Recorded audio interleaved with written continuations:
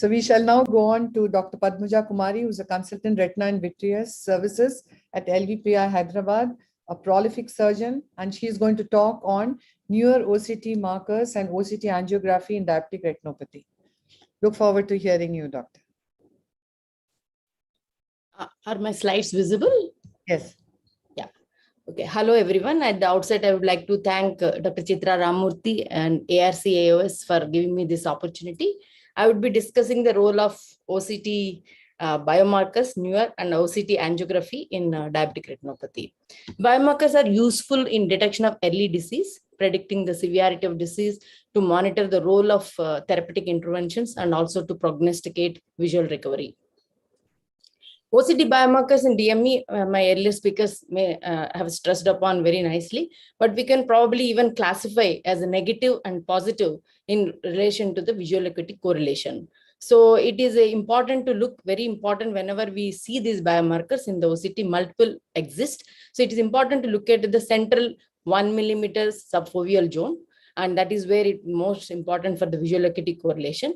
And positive biomarkers are supposed to be the subfoveal neurosensory detachment or subretinal fluid.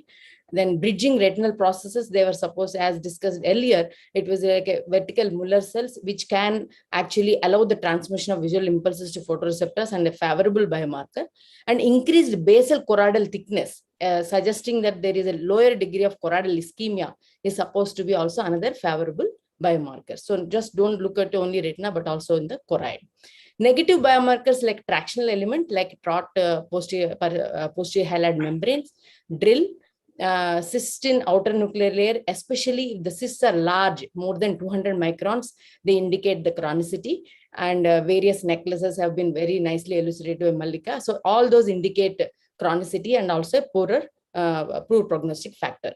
Integrative axonal limiting membrane, which is just like a basement membrane of photoreceptors, then ellipsoid zone integrity. Similarly, photoreceptor outer segment length, all these will indicate the health of the photoreceptor layer. Then hyperreflective retinal foci, again, was very nicely elucidated.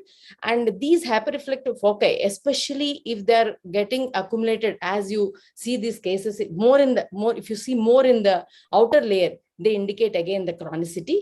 Then another important thing is the hyperreflective choroidal foci. So you can see that, observe that this also has shown a correlation with the increasing severity of diabetic retinopathy. More hyperreflective choroidal foci have been noted in these cases. Similarly, another novel entity is a choroidal vascularity index, which is again shown to have correlation with the diabetic macular edema and as well as diabetic retinopathy severity.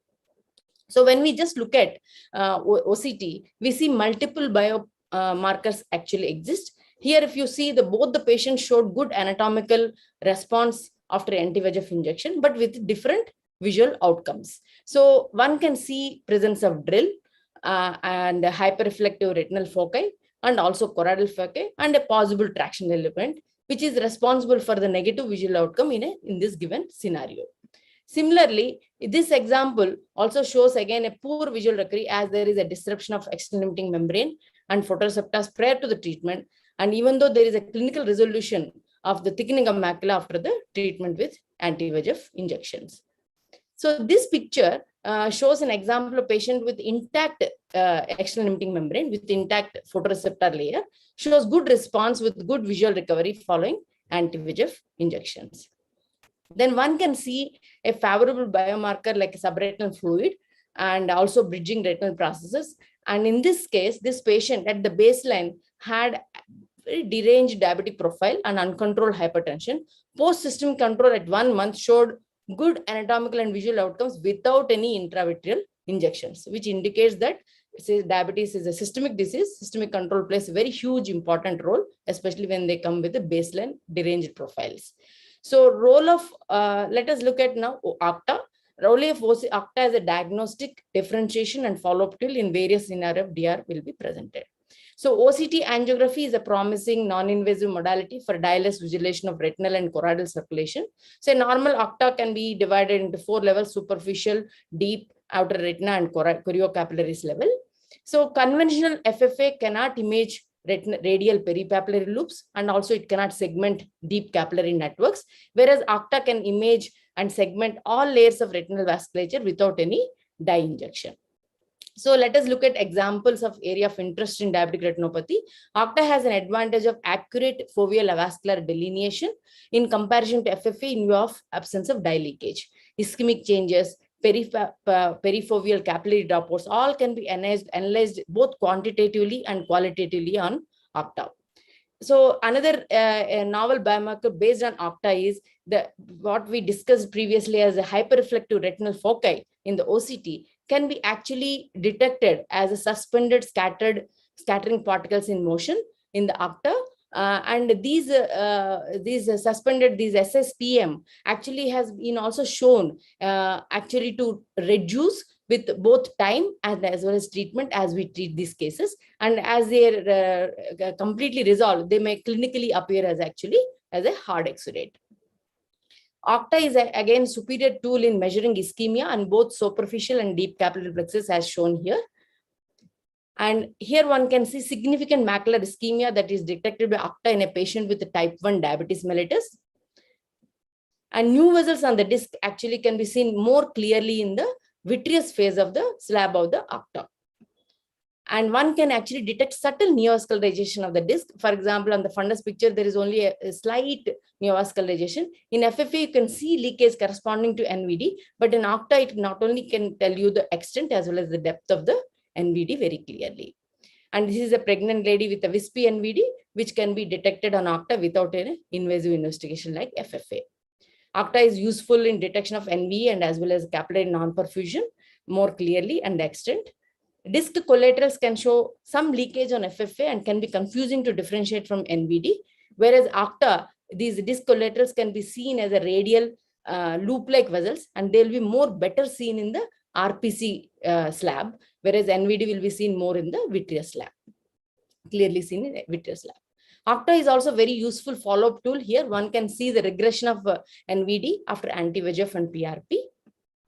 And active NV will show, also we can differentiate between active versus regressed, where active NV will show bright signal, whereas a regressed NV will show less white signal and reduced in calibre. And this third picture actually shows the 3 into 3 mm or 6 into 6 mm ACTA limitation, where you can see that if the area of interest, if you could not image, the NV, the NV area can be missed. And even though actually clinically you can see that the NV has actually regressed here. And this limitation is now addressed by the role of wide angle ACTA. So ACTA also here you can see an example where there is a baseline active NVD with a white signal. After PRP, you can see that at 14 months when he came, there is still a small active remnant was there. After add PRP at the 1 year, after 3 months, you can see complete regression of NVD on ACTA. Another scenario where it is ACTA can be a significant role is a case of foveal neovascularization, which can be obscured on the color fundus picture by the exudates or in the FFA by the background leakage. However, ACTA can actually clearly demonstrate foveal neovascularization, which indicates underlying severe choroidal vascular compromise. And these things can be usually seen in nephropathy patients. And ACTA also, FFA has been the gold standard for detection of neovascularization in asteroid hyalosis. However, ACTA is able to actually detect all these lesions comparable to FFA in cases of asteroid hyalosis. We also have shown in ultraviolet, in wide angle ACTA also, showing this neovascularization in cases with asteroid hyalosis. And ACTA also can predict the severity of DR. In an ongoing or prospective study, we found that there is a correlation between the severity of the diabetic retinopathy, both qualitatively and quantitatively, between the FAZ size in all the phases, both mild, moderate, severe, and PDR. There is an excellent correlation. And similarly, an interesting finding was when we compared color fundus wide field fundus photography with wide angle ACTA, the diabetic retinopathy level, which was supposed detected as a moderate diabetic retinopathy, has changed to PDR in 1/3 of cases, with the capillary detection of NV in 13 eyes and NVD. One minute remaining. NVD in 7 eyes. So future is wide angle ACTA. Here we show a case of clinically non-apparent neovascularization with just a streak of pre-retinal hemorrhage. And you can see that the wide angle ACTA actually could image clearly new vessels and capillary non-perfusion. So to conclude, OCT biomarkers and ACTA can help us to detect, predict, monitor, and also prognosticate visual recovery in diabetic macular edema and diabetic retinopathy. Thank you. Thank you very much for a great detailed talk. Srinivas, would you take some questions? Thank Why it is happening like this? Yeah. Yeah. Maybe one very simple question I'll ask. Yeah, Identifying microaneurysms through OCT angiography, how does it differ from FFA? Yeah, very good question. So that microaneurysms can be picked up on ACTA, but again, ACTA can actually pick up the lesions which are depending on the flow intensity. So if the microaneurysm is having a high flow, it can be detected as a circular lesions. So I only shown the lesions which can be very confidently picked up by ACTA, but sometimes it can miss. So I won't recommend ACTA as a screening tool for detecting mild NPDR, but definitely ACTA will have a very clear-cut role in those cases of moderate diabetic retinopathy, where we have seen that even one-third of cases, actually diabetic retinopathy level can change from moderate NPDR to PDR, where NVEs and capillary non-perfusions, more severe changes can be more quantified based on ACTA. Thank you. Thank you, madam. Thank you so much. That was a nice talk. I just wanted you to highlight a little bit about the choroidal biomarkers also. Do we really look into the choroidal biomarkers? You have very nicely explained about the OCT and the OCTA biomarkers, where we know that the thinning of the choroid in diabetes, it can lead to choriocapillaris atrophy and the capillary dropout. And they have even indicated that the thicker choroid may be indicative of more VEGF driven and responds more to anti-VEGF therapy than with the thinner choroids, which may have the non-VEGF mediator also, and therefore less responsive to anti-VEGF therapy. So where are we now? Are we looking into the choroidal biomarkers also at any time? Yes, means there is definitely a significant literature is now evolving, where even the more common change that was noted is about the Haller layer. If the Haller layer is thinner, and there is a quantification softwares, actually Rupesh Agarwal et al, they have done excellent literature, and where it is again like a research tool. In the clinically, they have used a protocol and quantified Haller's layer, and they said that the Haller layer can be thinned out even before diabetic retinopathy changes can actually come. So it is something like an early marker. So what I would say is that in a clinical way, when I want to utilize, like for example, whether it is a choroidal vascular index, it is again shown to reduce. So there are calculations like lumen area and total area. So these tools to come into, for example, whenever you say quantification tools, as a clinician, when I look at it, unless it comes as an automatic, like how Ashray told, like the machine gives after this image and it can enable the lumen index and it comes, then probably it becomes much more significant.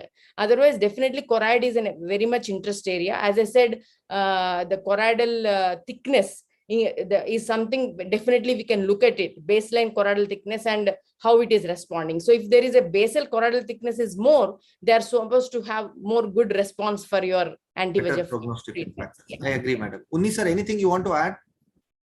No, when we talk about choroidal imaging in DR, we're just touching the tip of the iceberg by talking about thickness. There are, the Dr. Agarwal's group has actually talked about the CVI. We're talking about adaptive optics, identifying choroidal vascular microaneurysms, choroidal angulations, choroidal, pruned vessels in the choroid. So the concept is in two parts. One is that how much of choroidal ischemia is contributing towards driving the retinal process inside the eye. So it is a very key feature over there, and that is where all the future evaluation, including on-fast imaging, adaptive optics, even your electron microscopy is pointed at looking at the qualitative choroidal vascular changes, not just the metrics. Thank you, sir.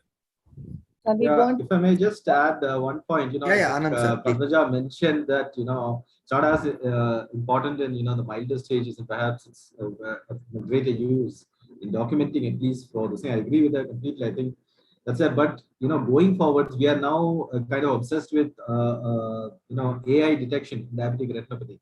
And tomorrow, what's going to happen is the AI is going to get married with Opta, especially Whitefield Opta. And the great area of interest is in preclinical detection of diabetic retinopathy. There are so many indices coming up, avascularity zone, the FSZ, the paravascular flow density rates, the axis ratio, the circularity ratio, how circular the FAZ is compared to a projected circle. So all these indices are slowly coming in, and all these indices are based on Opta. So tomorrow you're going to find early detection of diabetic retinopathy being brought in a few years' time with AI, and all these indices are going to play a role there. So I just want to bring in that aspect of diabetic retinopathy and the role of Opta, which is going to see probably in about half a decade from now. Thank you very much, Dr. Anand. Srinivas